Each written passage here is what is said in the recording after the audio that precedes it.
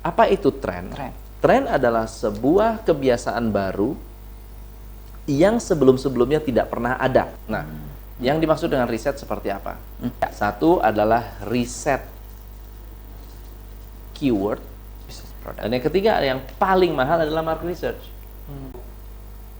Assalamualaikum warahmatullahi wabarakatuh. Pemirsa Niaga TV, senang sekali rasanya berjumpa kembali bersama saya Muhammad Iqbal dalam acara Business is Fun.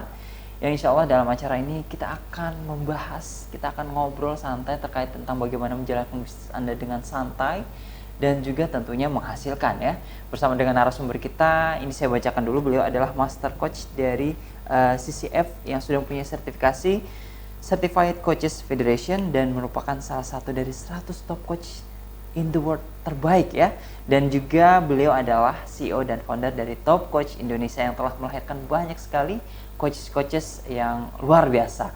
Langsung kita sambut dengan Coach Tom MC Ifle ya. Halo Mas Iqbal. Halo, waduh. Apa kabar? Baik, selalu semangat ini ya. Selalu semangat. Semangat. Ini saking semangatnya saya agak terbelit-belit tadi ini. Oke, Coach Tom, kita akan membahas sebuah tema ini yang memang harus dimiliki oleh seorang bisnis wajib kayaknya ini ya. Iya. Karena memang persaingan bisnis itu banyak perkembangannya. Iya. Orang mulai harus bisa pintar melihat peluang dengan Betul. baik. Nah, untuk itu kita khusus akan membahas ini, yaitu adalah menemukan ide bisnis yang kreatif. Saking banyaknya persaingan ini harus sekreatif mungkin nih kita ini. Kreatif, inovatif, Inovatif, oke. ya, dan bisa diterima oleh masyarakat. Bisa diterima, tentunya harus bisa diterima ya. Ini yang akan kita bahas. Oke. Zaman sekarang, kalau ide bisnis tidak kreatif, Ya, cenderungnya biasa-biasa biasa saja, saja. maka customer akan memandang sebelah mata. Oke. Investor Ya. akan pandang sebelah mata. Kalau bisnisnya kreatif, idenya kreatif, Ya. lalu kemudian peminatnya banyak, wah investor akan berbondong-bondong mencari siapa yang punya. Oh, media akan cari siapa nih yang punya nih. Betul. Langsung dikerubutin, bikin seminar sono, bikin seminar sini, diundang bicara di sana, diundang bicara di sini, masuk televisi. Kenapa? Karena bisnisnya inovatif dan unik. Oke, jadi kreatif dan inovasi menjadi viral gitu ya. Jadi viral. Jadi viral. Oke. Nah, dan kita hari ini akan membahas ada 5 tools. Ada 5 tools. Wah. Yang bisa digunakan untuk membuat bisnis Anda lebih inovatif dan lebih kreatif. Oke, baik. Kalaupun Anda belum punya bisnis, Anda bisa menemukan ide bisnis dari sini. Oh, Gitu. jadi ini adalah konsepnya ya. Yes. 5 poin konsep ini memang jadi siapkan pemirsa. Sangat penting sekali. Siapkan kertas dan pulpen. Jadi silahkan catat dan simak Betul. baik-baiknya. Betul. Oke, kita langsung mulai nih kayaknya. Coach, Langsung ya. mulai. Oke, yang pertama apa nih? Oke. Kalau saya ingin membuat sebuah bisnis, tentunya saya harus memahami apa tren yang sedang terjadi di pasar. Oke. Apa itu tren? Tren. Tren adalah sebuah kebiasaan baru yang sebelum-sebelumnya tidak pernah ada. Contoh ya, apa sih kebiasaan baru di masyarakat yang sebelum-sebelumnya tidak ada? Misalnya, sebelumnya mereka tidak pakai Telegram, sekarang pakai Telegram. Sebelumnya mereka tidak pakai sosial media, sekarang pakai sosial media. Sebelumnya tidak menggunakan Instagram, sekarang pakai Instagram. Itu semua sifatnya tren. Tren. Lalu kalau Anda perhatikan, oh itu tren di sosial media, tapi ada nggak tren lain? Oh, tren retail menurun. Itu tren juga, betul ya? Tren juga. Ada tren retail menurun. Ada tren apa lagi? Tren penjualan offline menyusut. Semua manufacturing mengalami kesulitan. Itu termasuk tren. Banyak toko-toko besar yang tutup. Toko-toko besar tutup. Pergi ke Mangga 2 banyak yang tutup. Ke Tanah Abang banyak yang tutup. Pergi ke misalnya ke Glodok. Dulu kan ramai banget Glodok. Ramai, betul. Sekarang banyak yang tutup. Nah, ini semua adalah tren. Tren. Dari tren ini kita bisa ciptakan inovasi. Dari tren ini bisa kita ciptakan inovasi. Inovasi apa? Misalnya, trennya Jakarta semakin macet. Nah, apa kira-kira yang bisa kita lakukan ya? Inovasi apa yang kita bisa ciptakan? Trennya adalah ojek tidak ada yang urus. Wah, peluang bukan? Peluang. Akhirnya dibuatlah ojek online. Ojek online. Bertebaran ya. Bertebaran di mana-mana. Ya. Iya. Kemudian pernah sempat terjadi nyari taksi susah. Cari taksi susah, atau banyak sekali kejahatan di taksi. Iya, orang takut Jadi, naik taksi gitu ya. Orang takut naik taksi, dan kondisi mobil-mobil taksi itu sudah buruk sekali. Jadi kalau taksi yang tidak diremajakan udah 10 tahun, kita duduk pun ya, kita duduk seperti masuk ke dalam ember gitu ya. Jadi melesok ke dalam. Iya. Joknya udah habis, dia punya pernya udah habis ya. Habis, udah gitu di dalam goyang-goyang kayak kayak pakai truk gitu ya. Padahal mobil saya dan kok tapi kok goyang-goyang kayak begini ya. Itu karena mobilnya kondisi sudah tidak prima. Dan akhirnya muncullah sebuah ide, kenapa nggak mobil pribadi aja kita jadikan sebagai taksi? Betul. Iya. Kenapa nggak sistemnya bukannya antar jemput, bukannya kita mencari taksi di jalan, tetapi taksi langsung datang ke rumah. Dimanapun bisa ketemu. Nah, muncullah idenya Uber. Uber itu sharing ekonomi. Mereka bisa memiliki dan menggunakan fasilitas pribadi untuk umum. Ya, fasilitas pribadi untuk umum, begitu. Jadi taksi-taksi ini semua lahir gara-gara apa? Tren. Akibat tren. Anda juga bisa melihat, trennya banyak coffee shop naik daun. Apa maksudnya? Banyak sekali muncul coffee shop baru. Oke, ini tren. Apa kesulitan mereka? Ini adalah trik yang kedua. Trik yang kedua adalah menemukan problem mereka. Oke, Gojek timbul. Kita tanya, apa problem mereka? Karena mereka sedang booming, ya. Kita tanya, apa problem mereka? Kalau problem mereka bisa kita dukung atau kita bisa berikan solusinya, maka kita mendapatkan bisnis yang inovatif. Kafe-kafe banyak muncul. Apa problem kafe-kafe? Susah cari karyawan. Ya, susah cari bahan baku yang berkualitas. Tidak memiliki koki yang bagus. Nah, apa yang bisa Anda lakukan? Bisa jadi Anda menjadi outsource untuk pegawai kafe. Bisa menyelesaikan masalah kafe-kafe. Jadi pada saat trennya naik, Anda masuk menjadi problem solver. Gitu. Itu ya. Jadi ini 2 trik tadi ya. Yes. 2 poin ini memang untuk menemukan ide bisnis yang kreatif. Yang pertama adalah memang melihat tren yang sedang booming saat ini gitu ya. Kemudian untuk problem solvingnya tadi adalah bagaimana kita hadir untuk menyelesaikan masalah mereka. Exactly. Oke. Agar kita bisa bersaing lagi nih, karena memang persaingan sangat ketat sekali, inovasi sudah banyak sekali. Ini sampai bingung menemukan inovasinya seperti apa lagi nih agar bisa laku gitu ya kan. Benar. Nah, tadi kita bahas tentang tren dan mencari solution ya bagi masalah orang lain ya, atau bagi masalah contohnya adalah coffee shop tadi. Benar. Nah, apa lagi nih yang harus kita perhatikan? Kan tadi kita bicara soal bagaimana caranya kita melihat tren. Tren itu kan bisa dari lingkungan, betul. Bisa dari kondisi masyarakat, sosial.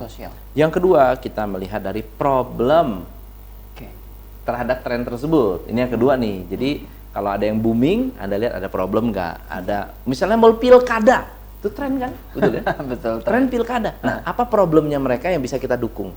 Anda bisa dapatkan bisnis dari sana. Peluangnya ya. Tetapi ada yang ketiga, yang menurut saya sangat-sangat luar biasa, yaitu apa hal-hal yang membuat Anda pusing, kepusingan sendiri. Jadi masalah pribadi. Saya ada satu kejadian cukup menarik. Orang tua saya punya problem mencari baju. Mungkin karena badannya agak sedikit gemuk, lalu kemudian kalau jahit baju di mana-mana itu selalu gagal, gitu ya. Bahan bakunya sudah habis, bajunya nggak begitu bagus, gitu. Jadi kurang begitu nyaman. Akhirnya beliau berpikir bagaimana caranya. Ini pasti banyak orang yang punya masalah seperti saya. Dan akhirnya dia belajar jahit untuk orang-orang yang postur tubuhnya sedikit oversize. Ini niche banget berarti. Atau susah mencari baju yang sudah jadi.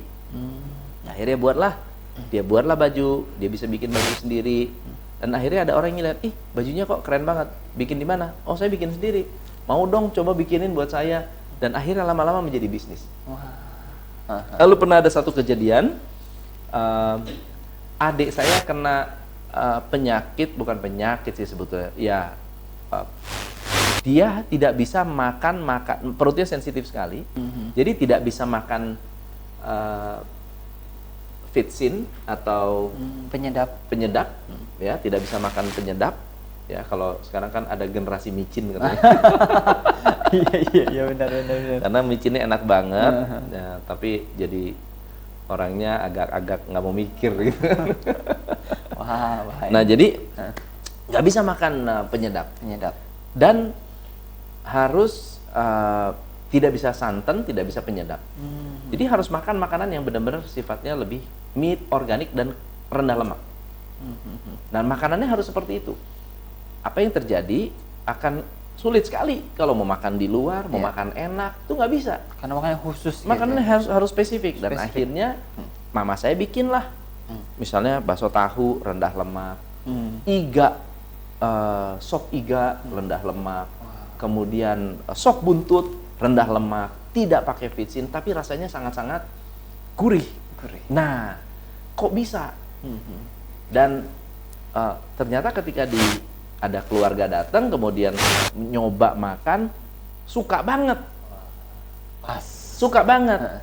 Terus diceritakanlah ini karena waktu itu ada masalah, kemudian harus makan rendah lemak dan seterusnya. Belakangan setiap kali ada tetangga yang membutuhkan makanan yang rendah lemak, selalu datang ke rumah, pesan makanan, pesan catering dan seterusnya. Jadi referensi ya. Nah, akhirnya menjadi referensi dan itu semua terjadi kenapa? Karena personal problem. Ada sebuah perusahaan namanya Screaming Kid, kalau saya nggak salah, Screaming Kid. Bergerak di bidang apa? Screaming Brothers. Screaming Brothers adalah ada kakak beradik, dia punya ada adopsi juga orang kulit hitam, tapi ini orang Amerika, Kanada. Adiknya ini tidak bisa makan yang terbuat dari dairy. Dairy itu makanan dari produk susu, keju. Jadi nggak bisa makan es krim, nggak bisa minum susu, nggak bisa makan makanan yang mengandung produk susu. Ya. Lalu dan kalau makan itu alergi dia. Alergi, bisa panas, bisa gatal-gatal, bisa bentol-bentol. Gitu ya setelah makan. Semua jadi masalah. Dan kakaknya ini umurnya masih muda. Anaknya masih muda, umurnya masih belasan tahun. Bicara sama orang tuanya, saya pengen bikinin sesuatu untuk adik saya supaya adik saya bisa, karena sayang adik. Ya, sayang adik, lalu kemudian dipikirkan gimana caranya supaya bisa makan es krim juga. Lalu dibuatlah es krim tapi dari santan. Es krim dari santan. Ya, es krim pakai santan. Jadi susu vanilla pakai santan. Jadi coconut milk ya, coconut milk. Baik. Dan yang menarik adalah ketika dimakan nikmat, lebih gurih daripada susu, ya, dan tidak membuat alergi. Dan apa yang terjadi? Karena anak ini masih kecil dan suka banget, setiap kali minta es krim, kalau es krimnya nggak ada, dia teriak. Aaah! Jadi dibuatlah branding Screaming Brothers gitu. Screaming Brothers. Dan akhirnya mereka membuat packaging yang menarik, lalu kemudian pergi ke supermarket dan menawarkan, dan akhirnya diterima oleh supermarket. Dan sekarang ini menjadi salah satu makanan yang diproduksi oleh anak kecil terbesar di Kanada. Luar biasa. Dari mana? Dari problem alergi makanan. Jadi problem Anda itu bisa membuat Anda lebih inovatif karena Anda harus mencari solusi. Karena punya problem, Anda harus cari solusi. Karena cari solusi, ternyata orang lain yang punya problem yang sama banyak. Akhirnya Anda bisa jadikan sebagai bisnis yang inovatif. Sebenarnya melihat peluang ini sebenarnya hanya melihat dari masalah kita dulu ya. Awalnya masalah kita sendiri. Benar. Di situ kita lihat peluangnya, kemudian menciptakan salah satu solusi, dan jika ada orang yang punya masalah yang sama, ini bisa menjadi salah satu solusi yang memang akan menyelesaikan masalah tersebut. Oke, jadi ini adalah ya untuk problem kita ini ya. Yes. Bagaimana melihat problem kita, kemudian mencari solusinya, dan kalau misalkan sudah baik dan bagus gitu ya, ini kita wah ini kita lagi ngelihat Screaming Brothers juga nih ya. Iya. Luar biasa nih pemirsa. Nanti gambarnya bisa ditampilin. Nanti boleh gambarnya kita bisa tampilkan Yeah. ya. Screaming Brothers ini adalah salah satu contoh yang Real. dimana mereka, contoh real ya, yang dimana mereka melihat masalah mereka sendiri, kemudian mencari solusinya, Lalu jadi menjadikan booming. sebagai bisnis. Jadi bisnis. Ini adalah salah satu cara untuk menemukan ide bisnis yang kreatif dan inovatif. Wah, ini salah satu menambah wawasan kita juga nih Coach ya. Yes. Oke, nah 5 cara menemukan ide bisnis yang kreatif. Yes. Sudah 3 yang kita share, dan tadi adalah salah satu contohnya ya, Screaming Brothers ya. Yeah. Ini bisa menjadi referensi Anda juga untuk meniru ide bisnis seperti ini.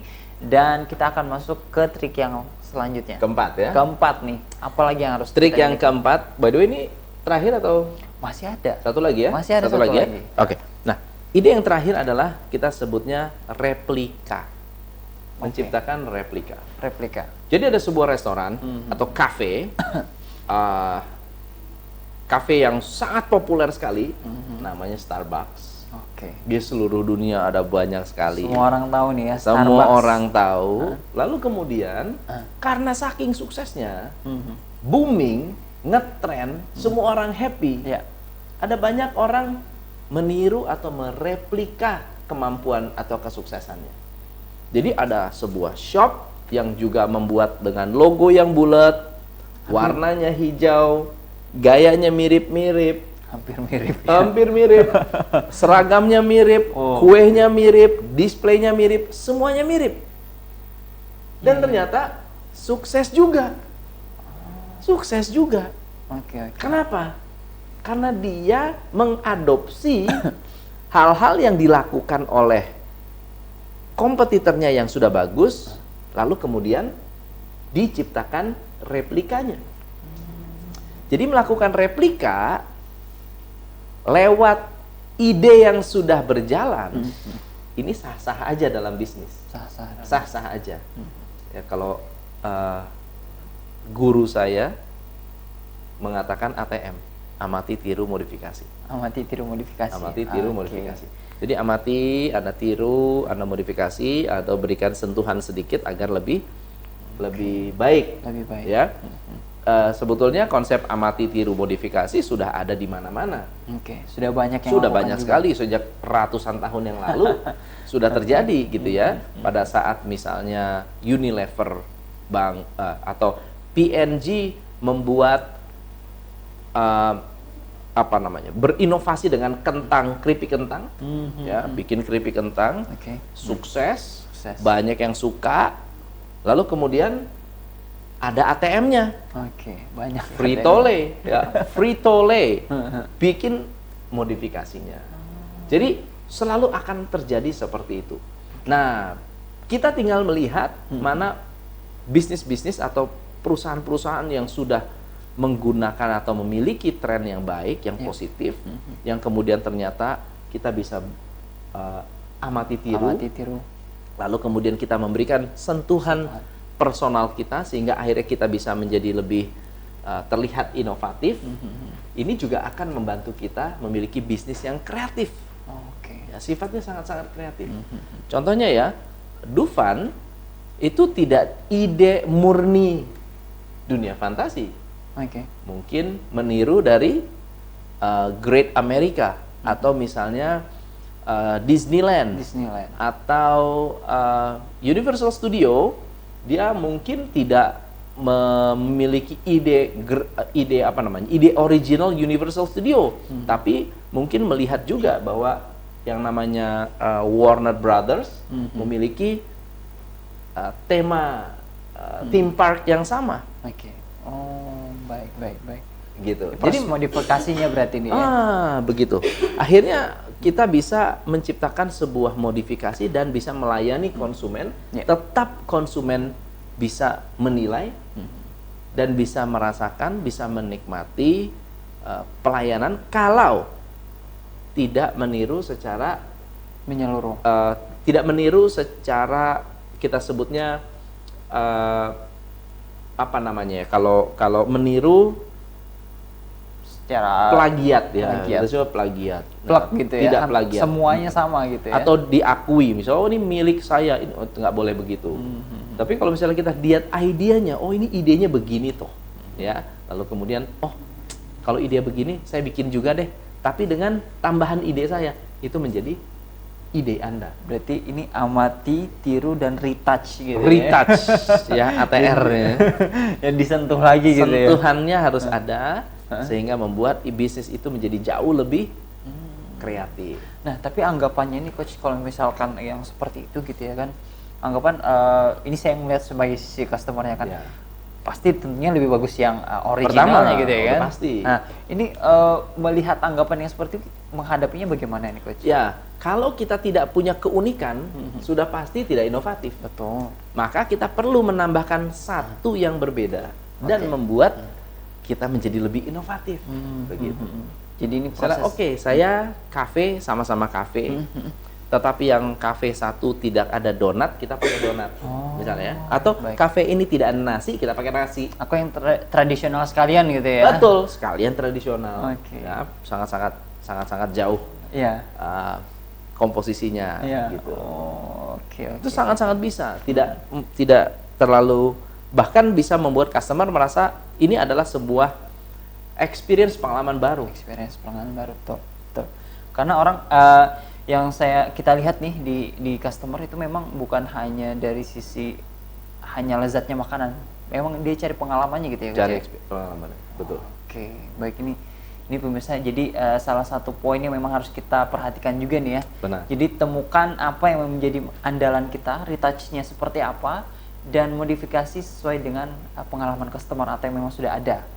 Oke, baik, ini adalah poin keempat nih ya. Ya. Poin keempat tadi adalah ATM, amati, tiru, modifikasi atau retouch gitu ya. Oke, nah masuk kepada tips yang kelima atau yang terakhir nih ya. Ya. Jangan lewatkan nih pemirsa. Siap catatannya ya. Oke, apa lagi nih coach yang kita harus lakukan? Nah, yang terakhir adalah yang kita sebut research. Research. Kita perlu melakukan riset untuk menemukan produk yang lebih baik. Nah, yang dimaksud dengan riset seperti apa? Kita bisa melakukan 3 jenis riset. Oke? Ada 3 jenis. Ya. Ya. Satu adalah riset keyword, riset kata kunci dan populasi. Riset kata kunci apa yang paling populer, Oke. bisnis apa yang paling populer lewat analitik. Lewat analitik, lewat Google Analytics, lewat Yahoo Analytics, Anda bisa menemukan kata kunci yang populer atau bisnis-bisnis yang dicari lewat search engine. Anda bisa menemukan lewat Google Analytics. Google Analytics Ya. ya. Oke. Research yang kedua adalah research product. Research product. Research product adalah Anda bisa jadi tidak menemukan di Indonesia, Anda research produknya di luar negeri. Di luar negeri sedang ada tren apa? Katakan di China. Anda pergi ke China, di China ada tren produk apa yang lagi nge-boom. Ya. Di Korea, tren produk apa yang sedang booming. Di Taiwan ada produk apa yang sedang booming. Di Jepang ada produk apa yang sedang booming. Produk itu dibawa ke Indonesia. Oke. Jadi Anda melakukan product research. Ya. Tetapi ada research yang ketiga. Research yang ketiga adalah kita sebutnya market research. Market research artinya kita mencari jenis-jenis konsumen atau konsumen yang belum dilayani, lalu kita mencari kebutuhan mereka apa. Satu, kalau yang keyword research ini masih sifatnya sangat murah. Oke. Kenapa? Karena Anda tinggal punya komputer, laptop, Akses kemudian internet. Anda akses internet, Anda mengerti Google Analytics Tools, Anda bisa menemukan keyword secara sangat-sangat simpel, sangat-sangat mudah. Yang kedua, juga termasuk murah. Kenapa murah? Karena Anda bisa jadi tidak perlu pergi ke luar negeri. Anda tinggal melihat dari online shop, atau Anda melihat dari Alibaba.com, atau Anda melihat dari eBay atau Amazon, mana yang lagi populer, mana yang lagi best seller, mana yang lagi booming, mana yang lagi trending, Anda bisa lihat di situ. Tapi kalau Anda mau lebih seru lagi, ya tentunya Anda harus melihat siaran televisi di wilayah tersebut, atau di Amerika, atau di China, atau di Malaysia. Channel-channelnya sih, iya, apa sih yang lagi dipakai oleh artis-artis di sana? Dan apa sih yang dipakai oleh remaja di sana? Milenial di sana. Ketika Anda lihat, oh ini kok ada yang puter-puter tuh spinner gitu ya. Lihat spinner, di mana-mana ada spinner, kita pengen tahu apa sih itu? Oh, ternyata alat untuk melepaskan stres. Untuk anak-anak yang sulit konsentrasi. Gitu. Nah, itu bisa menciptakan fokus. Lalu bawalah spinner ke Indonesia. Ya, bawa spinner ke Indonesia sudah menjadi sebuah bisnis yang unik. Jadi tren baru ya. Ya, jadi research product. Dan yang ketiga, yang paling mahal adalah market research.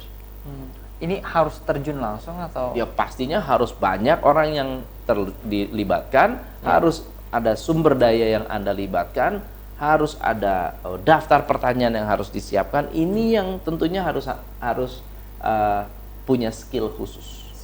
Ya, punya skill khusus untuk memahami apa kebutuhan konsumen, apa yang mereka cari, apa yang mereka inginkan, apa yang ingin mereka dapatkan, segmen pasar apa yang belum terlayani, gitu ya.